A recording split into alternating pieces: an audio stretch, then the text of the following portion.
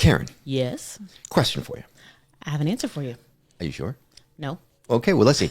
What do a licensed therapist, a psychic medium, and an abstract painter have in common? Are they walking into a bar? Well, you know what? After meeting her, maybe so, but I don't know.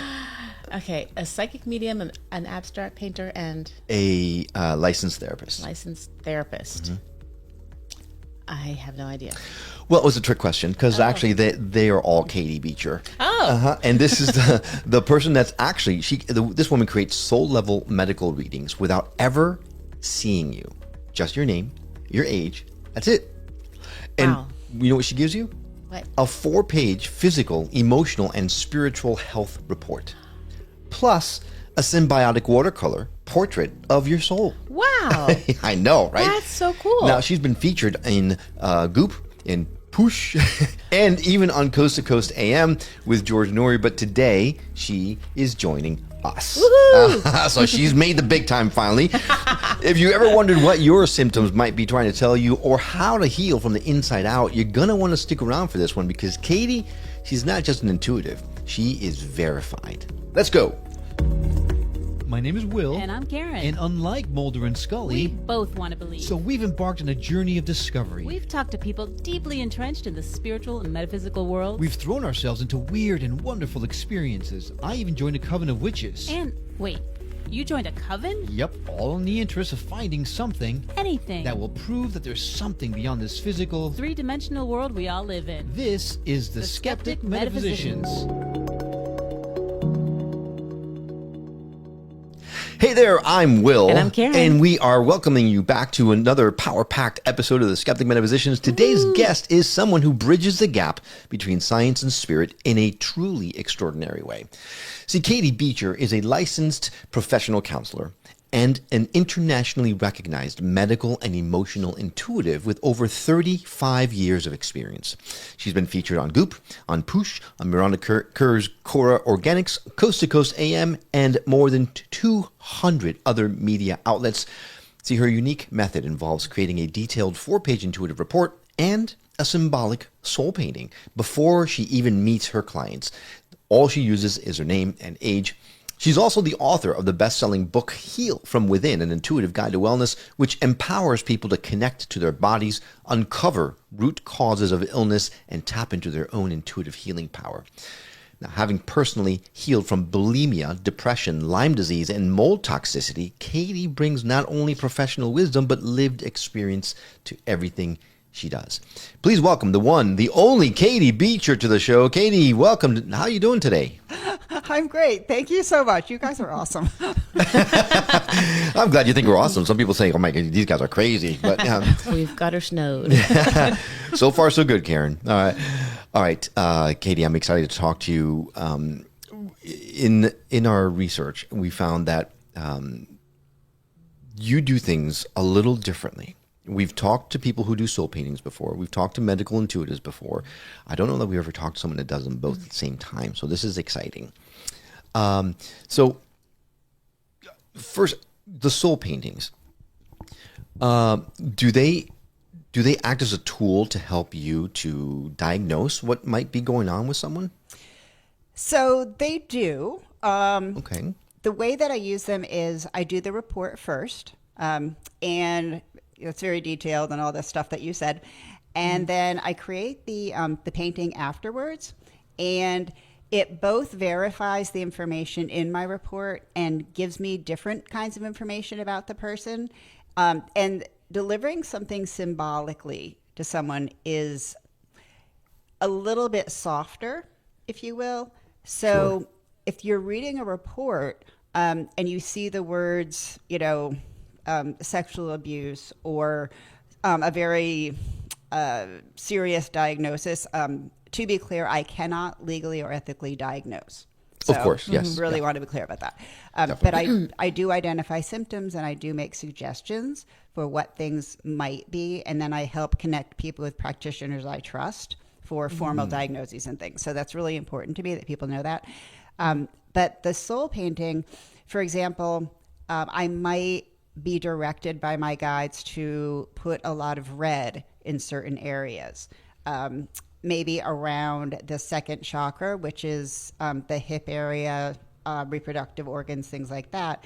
And so if I pick up abuse in that area and I put red there, then people usually know what that means, and it might be a miscarriage, it might be, endometriosis or hysterectomy or something like that, but people usually just intuitively are like, oh, I know what that is. So it's a gentler way of beginning a difficult conversation. Okay. Or it could be just a bump on the table as you're on your way to the dining room. No. So does each color mean something, or do you just kind of put things together and then read the whole feeling behind it? Yeah, my guides start by giving me a color, and then I usually start at the top of the image of a person. So the image can be of a figure. Sometimes it's an insect, sometimes an animal. So they really vary. It could be a plant, but it's all symbolizing the person. And my guides have me start with a color, and then I just kind of go down whatever they tell me to put, gets put there. And the colors matter, and it's an individual interpretation for each person, but also things like, the placement of the arms. So let's say your arms are totally out like this. It could be that you're welcoming new information. It could mean that you're vulnerable. Let's say your arms are in front of your heart and you could be protecting yourself. Different colors in the legs, for example. Legs represent moving forward in life. So let's say there's some magenta there, and magenta is about being your true authentic self. So they're being told that the way to move forward is just by being yourself, So it's really individualized. It's really fun, even though the paintings literally look like a 5-year-old did them. And being a fine artist, I was sort of like, what are these things? So you're saying there's hope for me yet? There really is. I didn't know how people would receive them. And they really love them, and they print them out and frame them, and so it's fun. They're abstract, but you can actually make out someone's body because you can, right? So what the color is, and yes, you can definitely make out a figure, or let's say it's a plant, or it could be a combination of a plant and a figure, or some kind of insect like a butterfly or something like that. So you, as abstract-y-ish as they definitely are, you can definitely make up, petals of a flower or leaves or legs and arms and things like that. Okay. All right. So then I think you might be seeing that if you're watching this on the video, you might be seeing some examples of these paintings on the video. If you don't, just go to our blog and you'll see those paintings in there as well that we're putting in there. Now, have you had the opportunity to do, or maybe you have or not, I don't know, like an after picture? So you diagnose someone and then they kind of work fixed on the issues and then paint their soul again? Yes, I do have a lot of repeat clients, and it's super fun to look at, what comes up in the report again, or what their paintings look like again, and to see the growth. And people are always kind of surprised at, because we don't always realize that we're growing or changing or healing because we're in it. So to be able to see it in the report, and especially in the paintings, is really, really fun. Right. So obviously the people, once they come to you, it's because they feel they have something going on. Or you just do it generally, and people then find that there's something they need to look at after they see the painting. My clients are pretty varied. Most of them, I have to say, have symptoms that they either know what the cause is and they're not healing, they want help with them, or they don't know what the root cause is at all, and they've been to 8 trillion practitioners and, keep hearing it's in your head, or they get a misdiagnosis or something like that. So, but I also have people who just want to know more about healing relationships or setting boundaries or healing trauma or career help or, whatever. And the nice thing about the readings is that we cover everything and anything in that that 1 hour. That's a great point, right? Because the very first thought is you're talking about health, right? You're talking about, but then you started the conversation with, potential sexual abuse, for example, which is not health thing. It's more of a thing, right? I mean, yeah. Well, it's a little yes, bit both. it may represent, it may end up being in that sense, but it goes way deeper than just a physical ailment. But you can help people not just with health, but you do it with, like you said, career. You can do it with relationships. You could do it with, finding that pot of gold at the end of the rainbow, all that kind of stuff, right? Yeah, and it's really important to know that if you look at root causes, physical, emotional, and spiritual are all really important to consider.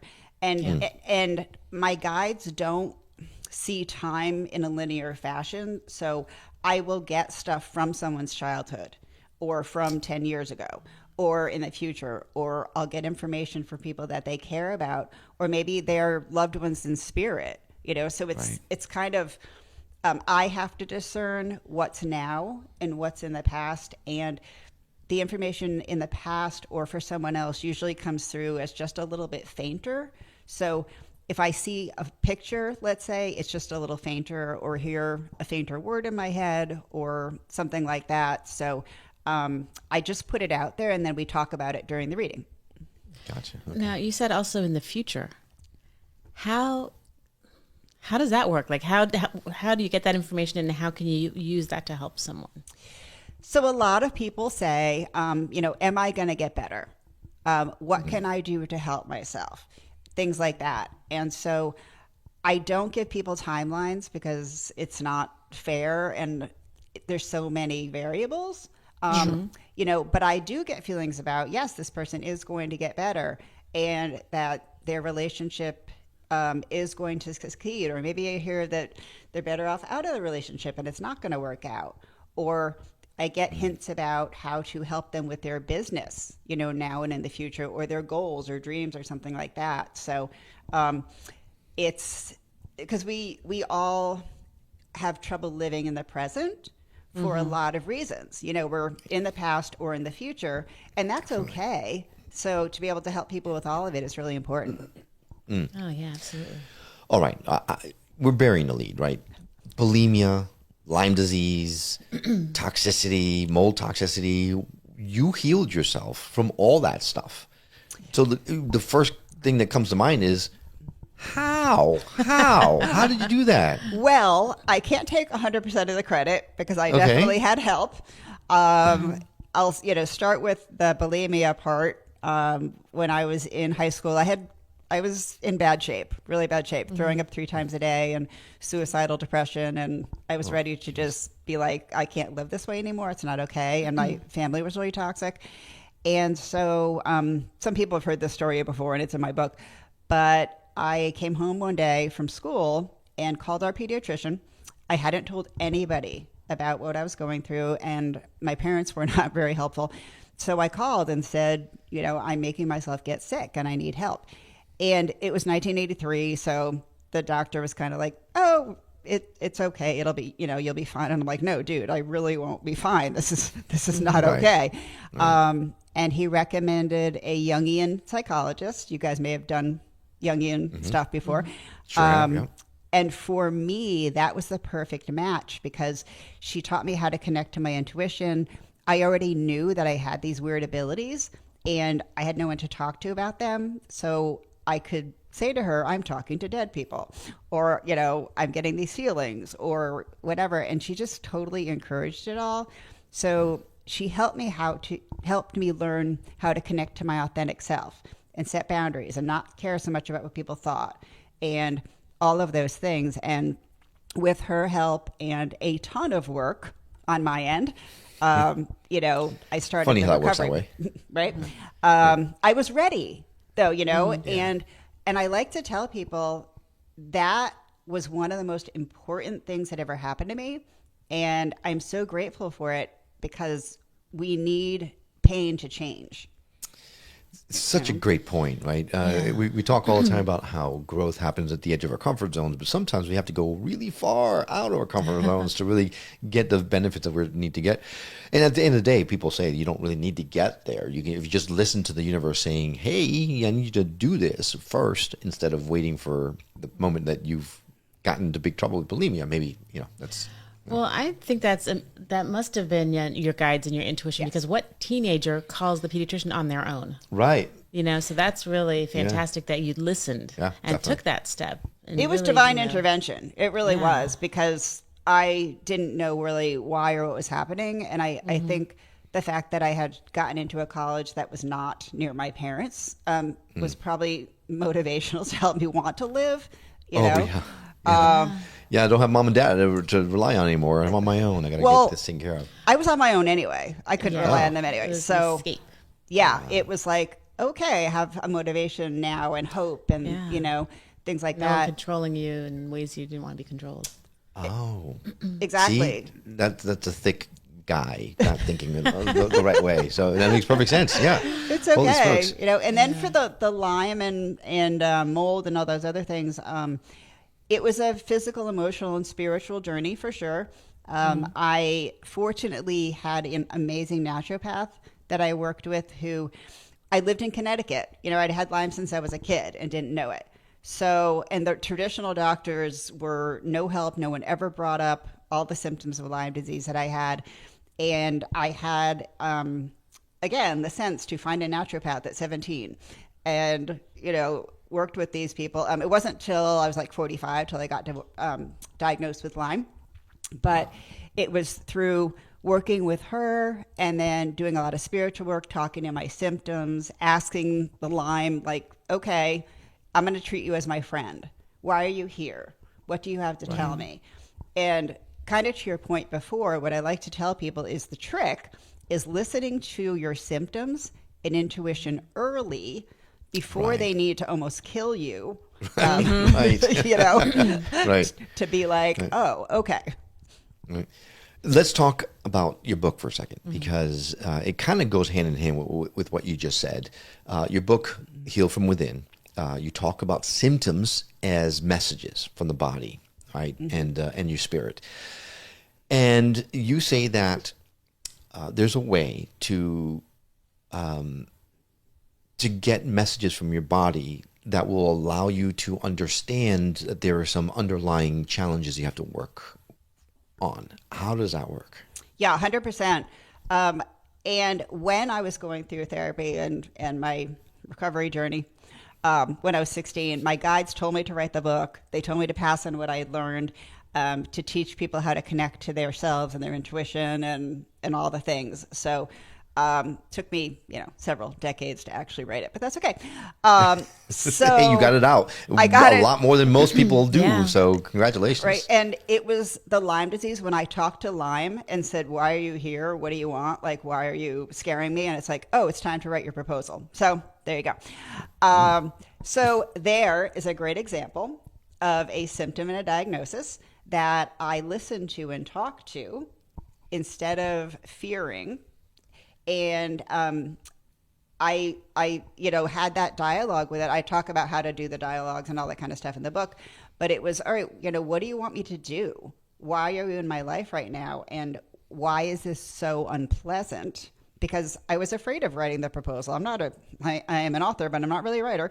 Thank God for editing. So, it was scary. And these symptoms come about to make you change. So work with people all the time who come to me for a physical issue, and my guides in the report reveal that, oh, they're in a really dysfunctional relationship that they've been trying to get out of forever. Or you're letting people walk all over you, or you're doing too much for others and you need to set boundaries. Or any other, you need to change how you eat, or guess what? It's time to stop smoking, or any of the things above. So again, it's that discomfort that forces us to look at our lives and ourselves and make changes. And it can be the littlest symptom. So you get a little headache, right? And you have to figure out, we're all medical intuitives, really. So you have a symptom and you start asking yourself, what is this about? What caused it? What do I need to do? So get a headache or a stomach ache, something I ate. Is it an allergen? Do I need to lay down? Do I need to take something? Can I go to this event that I'm supposed to go to?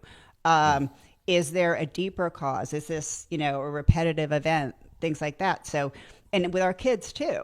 Our kids get sick and we have to sort of be medical detectives. So what I do is kind of that on steroids, but it doesn't mean that we all don't, do it to a certain degree. Yeah, so it's really listening to your intuition and your body. Right. But once you feel it in your body, then you have to ask your body what's going on, and then your intuition is what kind of clears a path for understanding, right? Okay, so here's where I run into a problem. Every time that I feel something's going on, my intuition says I need more alcohol. So for those people, who maybe don't trust your intuition all that much, what kind of tips can you give us? Let me first add a disclaimer. The way you said that, he doesn't drink every day, not even every week. But when he's stressed out, he'll have a couple of drinks. Yes, so it's not like, God, I need more. Wow. I mean, that I know of. I'm going to have to start looking in like the nightstands. Don't look in my closet. That's all I'm saying. What's under the pillow? No, but for a lot of people who are listening to the show, and perhaps some of the hosts of this show have some challenges with trusting their intuition. So how can you feel confident that what you're hearing in your intuition is actually what you need to do? That is such a great question, and it comes up during. You're very welcome. During every session, I do it myself. Okay. Because we're so emotionally involved with ourselves, and expectations come in there, and self-doubt, and the times when, I thought I trusted my intuition then, and didn't work out so well, right? So, I have a written technique in my book that literally saved my life. It's based on Jungian psychology with my own spin, and having a conversation with your intuition in writing. First of all, you have to stop what you're doing to write, right? So you are more in the moment. It's like a mindfulness meditation. You're more focused. And so you're less distracted by what am I having for dinner or, any other thing that's going on. So that helps with the focus. And what I advise people is don't overthink the information, even if you're just listening in your head. You don't have to figure out whether it's your intuition or just a voice in your head or just your feelings. Listen to what you hear and then start discerning. So is this actually fear? Am I projecting my fears onto this information I'm receiving? Right. And if that's the case, then ask yourself, what am I afraid of? What is this anxiety about? Am I afraid that if I listen to the really difficult information I'm hearing, such as I need to get out of this relationship with someone, or I need to, I'm feeling the need to drink more, right? What does that mean? Do I need to go do some relaxation? Do I need to do movement? Is this a call to action in terms of, do I have an addiction? Do I have a problem? So really go deep into the information rather than just going on a surface level. And even if you listen and you make a mistake, you've still learned something by that experience. So, but the number one thing I think is people hear scary stuff and about change. And change is scary and they don't want to do it. And they're afraid, and it feels overwhelming because it doesn't happen overnight. So everything gets pushed down, and then you're totally cut off from any intuition. So don't overthink it, but don't be afraid to go deeper.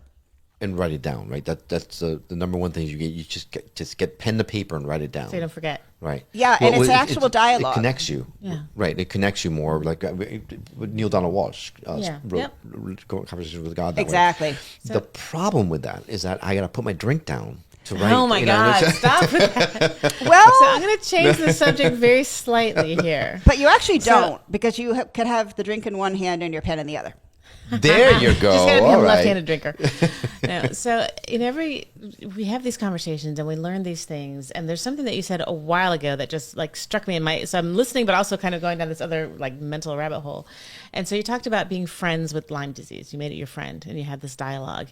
And I just started thinking about the things that I have certain issues with, and this stuff just started kind of coming in and popping into my head. And I'm looking at this. There's this one issue that's kind of plagued me for years and years.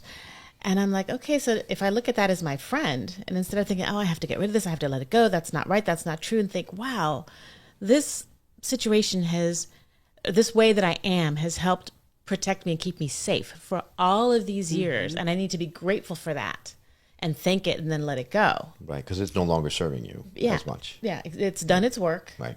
And it's been part of who I am, and I can let it go and look at it as a friend instead of something like, oh, God, I've got to get over this. So like just that one little thing. I'm like, oh. Yeah, so there's a common denominator in all this that we're talking about, right? It's a change in perspective. Right now, and we talked about it a lot on the show before, your perspective really dictates how you react to any particular given thing. So that's a really good first step. It does, and also the traditional medical model is fight, take drugs, mask, be a warrior. And I get all that. But what if we stopped fighting? And what if we listened? And fighting creates so much health anxiety. And then people are afraid to go get blood tests or open their results or get an ultrasound, or because they're so afraid that things are going to be so bad, instead of just, gee, I want to know the answers because then I could do something about them. That's so true. Whenever I get my test results back from my doctor, my heart is pounding before I open it up. So, yeah. Well, we have history with that. That might be why. But all right. So I mentioned in the teaser, I tossed it in. People might have caught it, might not have caught it. I mentioned that you are verified. Right? You have been verified by medical professionals. Tell us about that. So, I, at the very, I don't know about the beginning, but about 12 years ago, maybe, I don't know what day it is today, but about 12 years ago, I contacted a journal. It's a peer-reviewed journal, and it was an MD who had this journal. And I wanted to do a little study verifying my abilities and my accuracy. And I wanted to get some of the doctors from my clients involved, and they gave me permission, of course, and did an informal survey of about 80 of my clients, and just did a questionnaire about what was accurate, what wasn't, things like that. And then also contacted these doctors and had them give permission, or the clients gave permission for their medical files. And it showed that before I did the reading with them, they had these diagnoses and symptoms that I correctly identified. So it was important to me to get that kind of empirical data. And my, accuracy is something in the 97th percentile or something like that with that. Yeah, it was pretty cool. Yeah, I'd say, yeah. Right. And also just a lot of, when I do readings for doctors, or when I did the reading for Goop, or a lot of the big media stuff, they don't put your information up there unless you're actually good at what you do. So I had to do readings for them and have them, verify that information. How did I not think about that? Katie, you want to come on the show? You got to do a reading. Next time. Dang it, missed opportunity. Next time. Right. Well, that's cool. So you did it for the media, like you did it for Jordan Nuri and all those kinds of people, yeah? Yeah. Yeah, and the Goop, head of Goop, not Gwyneth, but the person below her and stuff. But that's really important to me because I cannot BS the readings and the reports. They get them before I talk to them. So again, it's important to me to have credibility. People can trust me. Yeah, absolutely. Yeah, super important, of course. Now, we've talked about the fact that you intuit things in all kinds of spectrums, right? The health and spirituality and all that kind of stuff. Since the show's really focused on spiritual awakenings and that kind of stuff, if someone is wanting to further their spiritual growth, is this something that you can identify and help with as well? Oh, yes, every session. Oh, during every single session. Every session, I teach people how to connect to their intuition, how to develop whatever gifts they have, how to trust their intuition, because I don't want anyone substituting their intuition for mine. I will be honest with what my guides get and everything, but it's always, how does this feel to you? Is this resonating with you? Don't just listen to me and nod your head. I don't want that. And I want to know, is there something in the report that didn't resonate? Because maybe it was for somebody else I was reading at the time, or, a loved one of theirs. So we talk a lot about how people can listen to their bodies and their intuition and develop whatever gifts they already have. All right. Well, cool. I think I need to book a session. Okay. So let's get back to your soul paintings, because I'm really curious about that. Have you ever painted something that really just shocked you? So can you tell us a little bit about that? Yes. I actually had the idea that you were going to ask me about this, so this is super cool. Excellent.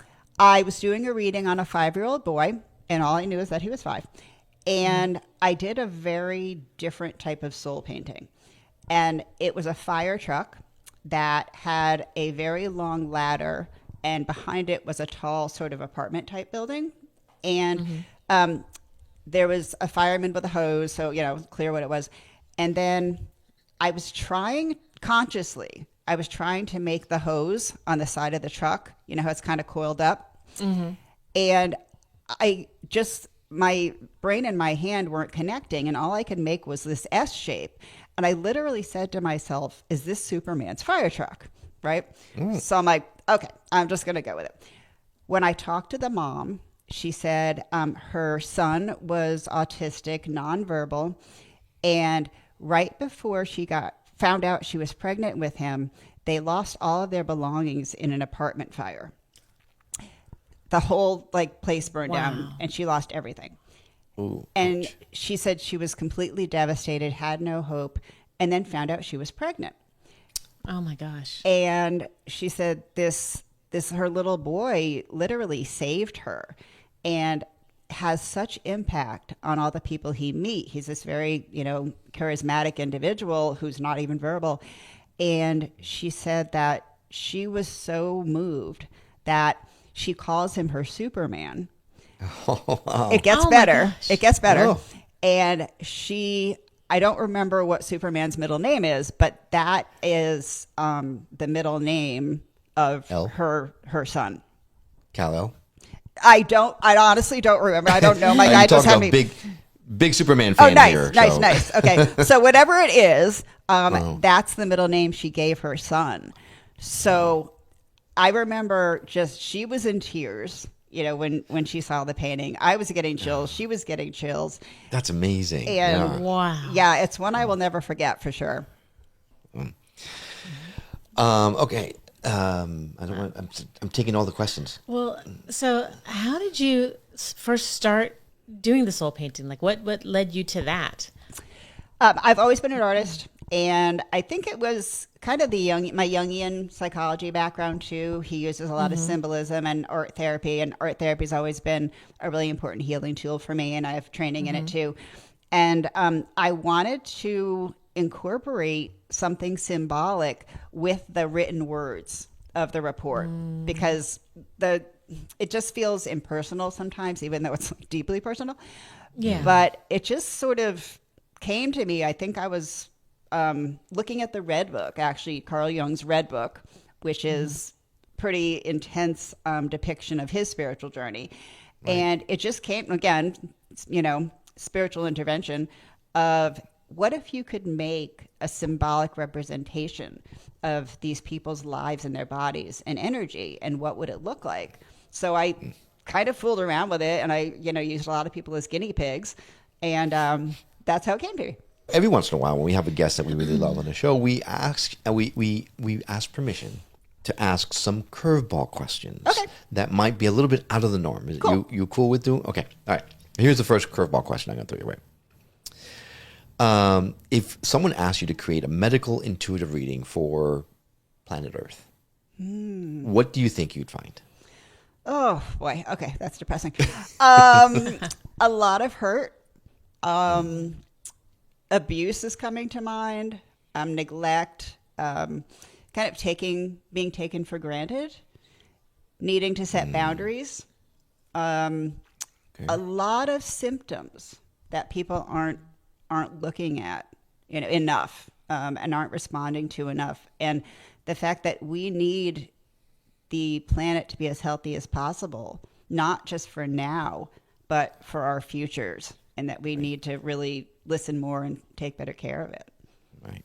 That sounds right. That reminds me of something I just heard yesterday on NPR, talking about taking care of the earth. Apparently in Paris, they have disallowed cars. What? People can't drive cars anymore. They In can take Paris? public transportation and they can walk. Wow. Come on. And they're planning little mini urban forests. It was I had Cool. just heard about this, and at first, I guess the mayor said that the Parisians are very upset about this, but yeah. now they're like, they're actually getting out and enjoing Paris again. People are outside, they're walking, they're biking more. Was this a credible source you got this from? That was NPR. NPR. No. I think it was NPR. Yeah, it was. Yeah, whatever I listened to Wow, that's incredible. Yeah, it was very, very cool. Well, remember back during COVID when everything was closing down, Right. and the Yes. dolphins would come back to Venice Yes. and all that kind of Yeah, stuff. So there's hope. There is. Yeah, but there is. so in cities like Paris and New York, places that have mass transportation, I can totally see that. But can you imagine that here? Like, if you don't have a car here, you're sunk. Well, yeah, you're that's in true. big trouble. So Most anyway. places. Okay. Although Right. maybe they just incorporate, they take out the cars and they put a bus, so people take the buses Or and stuff. bikes like Denmark. bikes, yeah. Okay, cool. Well, here's another curveball question. If your intuition had a voice, how would you describe the personality? Is it gentle, sassy, wise, parental, wise ass?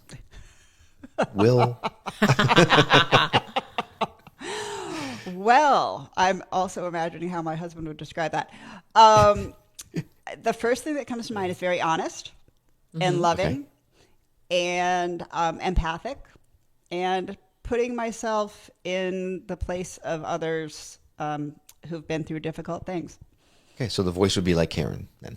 Got it. Wait, not like a Karen. No.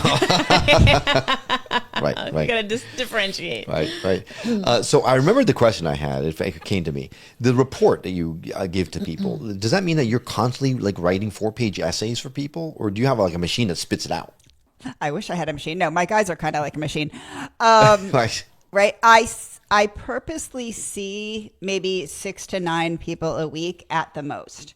And some of those are regular counseling clients, intuitive counseling clients that I see on a regular basis. So I usually do anywhere from 4 to 6 actual reports per week.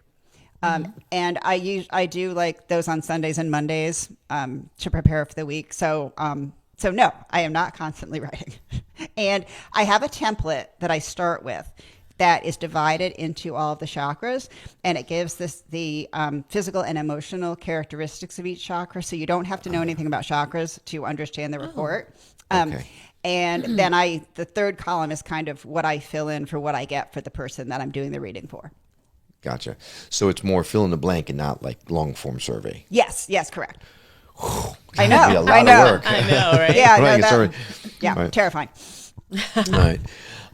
Okay. So if for anyone that's listening who's struggling with something that they can't explain, whether it's chronic pain or emotional overwhelm or just feeling stuck, what's the very first step you recommend that they take? Where I start in my readings is kind of doing an overview of what is the most pressing thing. What's the thing that is impacting your life the most or bothering you the most?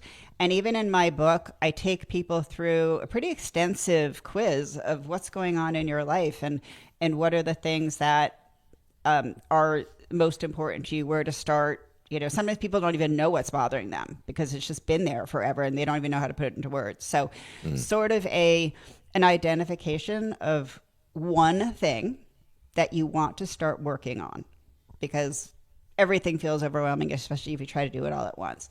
And then in the book and in my readings too, I start with helping people connect to their intuition and their authentic self, and start by just trying to be calmer, be more present, and giving yourself a break, not being so hard on yourself. And that kind of, starts the ball rolling. Gotcha. Okay. A lot of people are talking about intuition, intuitive medicine, that kind of stuff, right? in this space, metaphysics, spirituality, there's a lot of although it's not new or young, there's a lot of new people coming to it. So there's a lot of misconceptions that come along with all this kinds of stuff. Are there any misconceptions you feel are really important to dispel right now? Absolutely. I'm really glad you brought that up, because I have been called a witch. I have been called Satan. I have been told that by my own family. So it's great. Oh, Actually, nice. yeah, I don't have anything to do with them anymore, so there's a reason. Right. But, that I'm anti-Christian, that listening to intuition is going against the Bible. It's being evil. Interesting. And that is so incredibly sad to me, because my first connection to intuition was with God, and it still is. And God is love. I help people heal and love themselves more. And by just having this assumption that you know nothing about, that it's somehow negative or evil or against God, it couldn't be further from the truth. So that's a big one. Yeah, that is very sad. There's a lot of folks who are Christian who aren't in that thought process, right? They don't fit into that thought process. Unfortunately, there are a lot of them that are, and I can't help but think that's based in fear, right? Totally. It's rooted in programming and fear that they've been brought up in. So it's as much as I hate that they would feel that way, I do understand why. Unfortunately, you have to give them empathy. However, when you think about, if you are even interested in the space remotely, you probably have heard of Edgar Cayce. And Edgar Cayce, who's the father of metaphysics, was a Christian first and foremost, and he came up with all these holistic remedies. And he was like the first medical intuitive, right? He would dream the recipes to these concoctions that he put together for people. Yeah. So Yeah, it's true. And even Carl Jung, who really started all of the symbolism and the Louise Hay stuff and everything people are doing now, it's really all based on Jungian stuff and Jungian theories, and he was a Christian too. So Yep. Yeah. And when you get into the conversation of science, like quantum physics now has allowed us to connect the dots in a lot of these things. So it's no longer a mystical, it's from God or it's from Satan. This is just the way nature works. This is how the world is. So I try to make what I do as non-woo-woo as possible. Yeah. although there is Oh, yeah. something to be said about the woo. That's pretty cool. Yeah. Right? It makes it more fun. It does make it more fun, right? All right. Well, it's been wonderful speaking with you. Is there anything that you want to make sure that you get across to our audience before we say goodbye? My website will be on your notes. It's katiebeecher.com on Instagram and Facebook and all the places. And I love hearing from people. I offer a lot of different types of services, and so much can be accomplished in just one reading. So I don't want people to feel like it's, a link into 10 appointments. Right. We start with one. And it's not like psychology where you're there for a couple of years or whatever. And by the way, I did want to shout out that I'm glad that you connected yourself with Jungian psychology, because the Oldian psychology is not very good. So. I really like you guys. you would actually be quite fun to go have a drink with. So. Definitely, yeah. Well, apparently you just have to look at the nightstand. All right, so that I don't butcher it, can you tell us again the name of your book? Yes, it's Heal From Within, a guidebook to intuitive wellness, and available everywhere, whatever, Amazon and all the places. So internationally. Excellent. Oh, Nice. Well, Congratulations on that. well, we are going to add a direct link to the book and to your website and socials in our show notes. So if you are interested in connecting with Katie, and I recommend that you do, because I'm really curious about your readings.